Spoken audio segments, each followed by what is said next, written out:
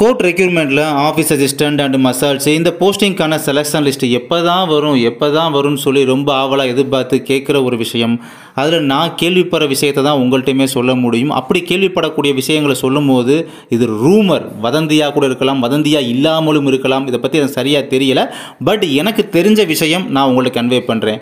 இது எப்படின்னா, கோர்ட்டில் ஒர்க் பண்ணுற ஸ்டாஃப்ஸு அவங்க பரவலாக பேசிக்கிற விஷயங்களை உங்கள்கிட்ட இந்த இடத்துல கன்வே பண்ணும் போது அவங்களுக்கு இந்த விஷயம் பார்த்திங்கன்னா இந்த கோர்ட் ரெக்யூர்மெண்ட்டை ஃபாலோ பண்ணுற அந்த ரெக்யூர்மெண்ட் செல்லிருந்து அந்த விங்கிலிருந்து ஸ்ப்ரெட் ஆகக்கூடிய நியூஸாக இருக்கா, இல்லை இவங்களுக்குள்ள ஏதாவது ரூமராக ஸ்ப்ரெட் ஆகுது அப்படின்ற விஷயம் தெரியலை. பட்டு எனக்கு அவங்க மூலமாக ஸ்டாஃப்ஸ் மூலமாக தெரிஞ்ச விஷயத்தை உங்கள்கிட்ட இப்போ நான் கன்வே பண்ணுறேன்.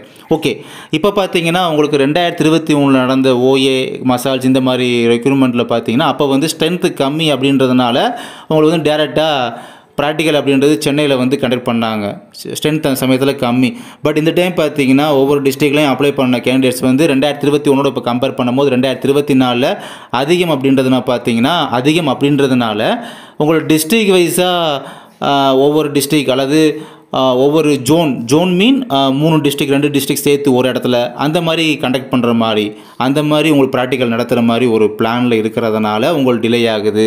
அது எதனால் டிலே ஆகுதுன்னா, மார்ச் ஏப்ரல் மந்த்தில் school, college, university, distance education இந்த மாதிரி எல்லா எக்ஸாமே மார்ச் ஏப்ரலில் தான் வருது. அந்த ஒரு ரீசனால் பார்த்தீங்கன்னா டிலே ஆகுது. ஏன்னா அங்கே உங்களுக்கு எக்ஸாம் நடக்கிறதுனால ரெகுலர் டிஸ்டன்ஸ் எஜுகேஷன் இந்த மாதிரி எக்ஸாம்லாம் கண்டக்ட் பண்ணுறதுனால. பட் இவங்களுக்கு ப்ராக்டிக்கல் சீட்டு அலாட் பண்ணுறது, சென்டர் அப்படின்றது உங்களுக்கு அலாட் பண்ண முடியலை டிஸ்ட்ரிக் வைஸ் அப்படின்ற மாதிரி பேச்சு அடிபடுது. அதனால் மார்ச் ஏப்ரல் அப்புறமா மே மந்தில் பார்த்தீங்கன்னா வெக்கேஷன் டைம். இந்த வெக்கேஷன் டைம் சொல்லும் போது இது கோர்ட்டுக்கும் vacation and school, college, university எல்லாத்துக்குமே அது வெக்கேஷன் டைம் தான்.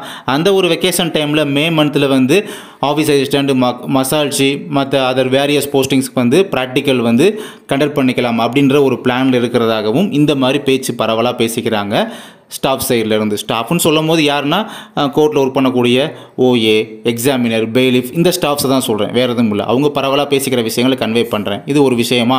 ரெண்டாவது ஒரு விஷயம் என்ன பரவுதுன்னு பார்த்தீங்கன்னா, ஒரு சில டிஸ்ட்ரிக்டில் ஒர்க் பண்ணுற ஸ்டாஃப்ஸ் என்னை கண்டக்ட் பண்ணி இந்த மாதிரி விஷயத்த சொன்னாங்க.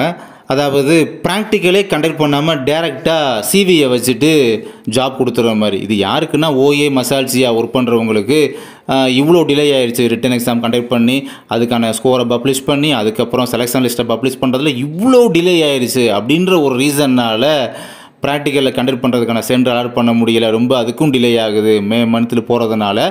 அந்த ஒரு ரீசனால் பேசாமல் ரிட்டன் எக்ஸாம் மார்க்கை மட்டுமே பேஸ் பண்ணி டைரெக்டாக இன்டர்வியூ கூட இல்லாமல் அந்த நாளில் சிவியை மட்டும் வச்சு விட்டு ஜாபை கொடுத்துடலாம் அப்படின்ற மாதிரி பேச்சு அடிபடுறதாக அந்த ஒரு ஸ்டாஃப் பர்டிகுலர் பார்த்தீங்கன்னா டிரைவர் அண்டு ஒரு எக்ஸாமினர் இந்த மாதிரிலாம் ஸ்டாஃப் எனக்கு 2 பேர்லாம் பார்த்தீங்கன்னா கால் பண்ணி இந்த விஷயத்தை கன்வே பண்ணவங்க வேறு டிஸ்ட்ரிக்டில் உள்ளவங்க. பட் எனக்கு இவங்க சொன்ன விஷயத்தில் ஒரு உடன்பாடு இல்லைன்னு சொல்கிறத விட எனக்கு ஒரு பாசிபிலிட்டியே இல்லைன்ற மாதிரி தோணுச்சு. 99% பாசிபிலிட்டி இருக்காது அப்படின்ற மாதிரி தோணுச்சு. ஏன்னா இப்போ நடத்துனாங்கன்னா ரிட்டன் எக்ஸாமில் அதிக மார்க் எடுத்தவங்க மட்டுமே இந்த ஜாபுக்கு போயிடுவாங்க. ரிட்டன் எக்ஸாமில் கொஞ்சம் 90க்கு கீழே எடுத்தவங்கலாம் பார்த்தீங்கன்னா ப்ராக்டிக்கலில் அவங்கள பீட் பண்ணி ஹையஸ்ட்டாக மார்க் வாங்கலாம், ப்ராக்டிக்கலை எஃபெக்ட் பட்டி அந்த மாதிரிலாம் இருப்பாங்க.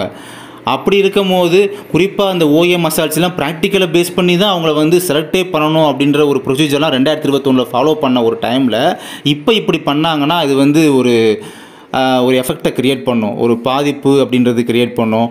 இதுக்கு 4 பேர் கேஸ் போடுவாங்க. என்ன தான் கேஸ் ஒரு பக்கம் நடந்தாலுமே ரெக்யூர்மெண்ட் செல் நடத்துகிறது தான் இறுதி முடிவு.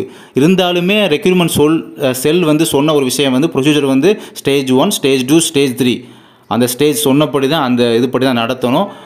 ஸோ இந்த ரூல் அண்ட் நார்ம்ஸ் அப்படின்றது இருக்குது, அதை ஃபாலோ பண்ணி தான் பண்ணணும். அப்படிங்கும் போது இது எனக்கு பாசிபிலிட்டிஸ் என்னையை பொறுத்தவரை தனிப்பட்ட கருத்தாக இப்படி நடக்க வாய்ப்புகள் இல்லை அப்படின்ற மாதிரி தான் தோணுது. பட் இருந்தாலும் இப்படி பரவலாக இந்த மாதிரிலாம் பேசிக்கிறாங்க அப்படின்ற விஷயத்தை நான் ஏன் உங்கள்கிட்ட கன்வே பண்ணுறேன் அப்படின்னா, இந்த செலெக்ஷன் லிஸ்ட்டுக்காக கால் பண்ணி என்கிட்ட கேட்குறீங்க பார்த்தீங்களா, அதனால் ஒரேடியாக ஒரு வீடியோவாக உங்களுக்கு அது மூலமாக கன்வே பண்ணுறேன். இப்படி பேச்சுக்கள் அடிபடுது, இதுதான் விஷயம் அப்படின்றத உங்கள்கிட்ட கன்வே பண்ணுறேன். இப்போ இந்த வீடியோவில் உங்கள்கிட்ட கன்வே பண்ண நியூஸ் பார்த்தீங்கன்னா அன்அஃபிஷியல் நியூஸ், அன்ஆத்தென்டிகேஷன் நியூஸ், அதிகாரப்பூர்வமற்ற செய்தி. ஓகேங்களா?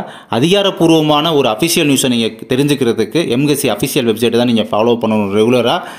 பட் நம்மக்கிட்ட கால் பண்ணி அண்டு வாட்ஸ்அப்பில் கான்டாக்ட் பண்ணி இந்த மாதிரி கேட்குறவங்களுக்கு தனித்தனியாக செப்பரேட்டாக சொல்லிட்டே இருக்கிறதுக்கு இப்போ 2 டேஸாக இதை தான் பண்ணிகிட்டு இருந்தேன். அதனால் ஒட்டு மொத்தமாக வீடியோவே கன்வே பண்ணி இந்த வீடியோவாக மேக் பண்ணி உங்கள்கிட்ட இந்த இன்ஃபர்மேஷனை கன்வே பண்ணுறேன். தேங்க்யூ.